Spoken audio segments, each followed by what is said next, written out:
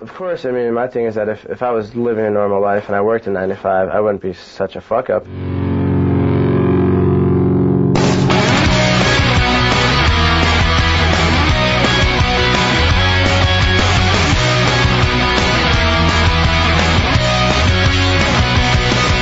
The words you say I'll never listen to, 'cause if I did I'd be just like you. But you're my enemy, and soon you're gonna see you gotta be yourself to be happy. 'Cause you're not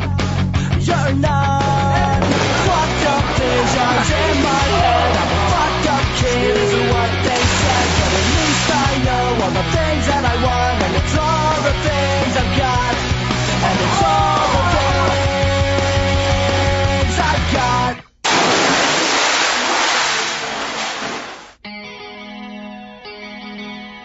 What's up, guys? My name's Tony. I'm Mest. Welcome to my house. I think I've always been playing music with Tony. Since we were like 10 years old, it was just always, you know, we'd be beating in buckets. We'd have like one guitar or whatever. Well, we were waiters at a place called the Martinique, and then we'd trick late at night, and we all went to the same call, and then we realized that we had worked together. And Matt's my cousin, so that was weird. I didn't even know that he was, you know, a prostitute too. I actually went to a different high school freshman year. Got kicked out. It was a Catholic high school. Got kicked out. Went over to the public school sophomore year, met up with these guys. I've been doing it ever since. We sort of bonded through that and became friends, and we all knew how to play instruments. Our first show, we were like 10 years old. We invited the neighborhood kids over for a show. It cost $0.25 to get in, and they didn't like Tony very much. They said he couldn't sing. Did you get scared standing alone in the crowd? We came up with the name when they were young, when we were all young kids, like 15, whatever. We'd always hang out and drink Milwaukee's Best beer. One day, they're like, because they just came up with the band, like, what should we name the band, you know? And they're like, what about Mest, like Milwaukee's Best? They took the M off the Milwaukee and put it over the B in Best. That's how we got our name. But I won't give up on you. When we get to the studio is kind of when we all sit together and brainstorm for ideas for a song. It consists of, like, usually a massive amount of hash and weed. These are all my snare drums. Smells like pot in here. Is everybody smoking pot in here? We just sit around and write lyrics. We just vibe it, dude, and that's how the magic is created. We all just sit around out front with acoustic guitars and just go at it like that and move it up. Yeah, our songs definitely changed throughout the process. Half of these songs, when Tony shows them to us, are nothing like what they end up with. Like, John has a lot of ideas. John's an amazing producer, I think. I think he has so many ideas, and kind of just turns the song around. And these guys are open for ideas, too, as far as experimenting goes, you know, and we're definitely, you know, we had, you know, a huge orchestra we recorded last week down at the Village. We went into a studio, had a 12-piece orchestra play, and these people did, like, Titanic, Jurassic Park, stuff for Tim Burton movies. We rented a bunch of industrial percussion instruments. We had this huge session going on down there last week. It was awesome. The drum stuff on this record is a lot more than on any of our past records. So we just gone in and did little parts and threw all kinds of little stuff in there.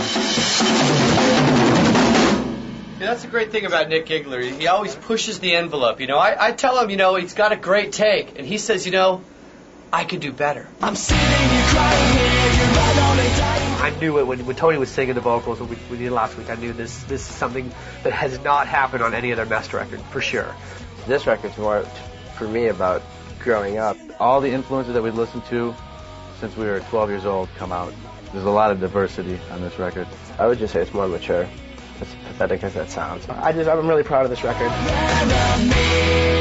I feel like this is our best record yet, to date.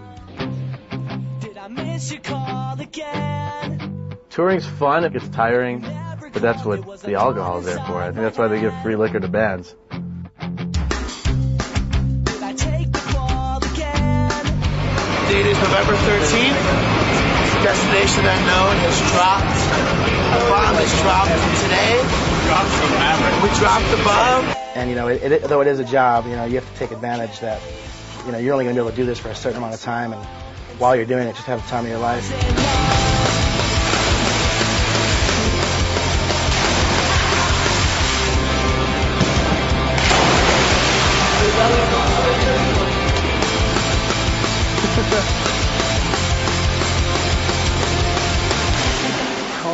I get the craziest on the road, as far as just who could drink the most or just, you know, smoke the most whatever and eat the most pills. And there's a lot of stupid shit that you can't even really explain. Like, why would Tony eat puke off my chest, you know? And why would I get thrown up on by some girl, you know, and then have Tony eat it off? You know, why would I shit, you know, and wipe it on a van window? It's not really explained, you know, but you get just so to a certain amount of drunkenness, and, you know, you just try to be funny. Some people are, like, horrified, and, like, they look at us like, I can't believe these guys drink as much as they do. I can't believe they do the things they do, and it's like people are shocked by the way that we act a lot. Which is pretty much just like saying that I'm not going to apologize for the way that I'm acting.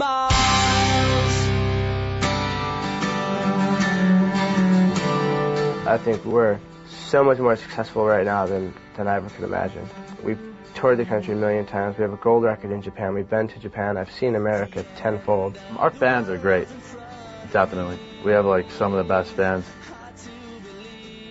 I think that the four of us just work really well together, though. I mean, obviously, we'd have to, because, you know, we've been on tour now for almost 4 years, and this band for 7 years, and we totally realize the position that we're in, that we're very lucky to be doing this. And, you know, we go out and give it 100% every night on stage. It's one chance in your lifetime, but it won't be the last time. I love the fact that after a show, if I could have a kid come up to me and tell me, you know, how much a certain song means to him, or, you know, if they say that we're one of their favorite bands and that we really pull it off live, like that really makes me feel good. What the fuck could I ever expect? I was kicked out of school when I was 15. I was supposed to be like, and there was all the kids in my neighborhood that, like, I wasn't able to hang out with. And I was like the girls couldn't go out with because their parents didn't like me, and I was the bad kid that kids weren't supposed to hang out with. And now I go back to town, and all those kids that were supposed to be going to college on scholarships and doing this and doing that and being so successful are working fucking construction and are working at, like, local video stores and shit like that. And now the parents see me and they're all kiss ass, which I love that shit, dude. I feed off of that because it's like, fuck you, like, you know, like, I remember when I said I was going to do what I wanted to do, and I ended up doing it. So, like, that's success to me. I'm a knucklehead, I'm a knucklehead, I'm a knucklehead, wish I was dead. It's what they do, and I just hope that I can arrange their songs in the best possible way, come up with the best melodies for them to sing, and put out the best sounding record. I mean, that's my job, you know. And when they go out there on the road and get wasted and smoke crack and 11-year-olds, it's like I have no influence on that whatsoever, and they got to learn their own. They got to do their own thing, you know. Not that they smoke crack or 11-year-olds, but, you know. Oh, Sammy! This is who we are, and if you like us for that, then cool, and if you don't, go eat a dick, you know, whatever.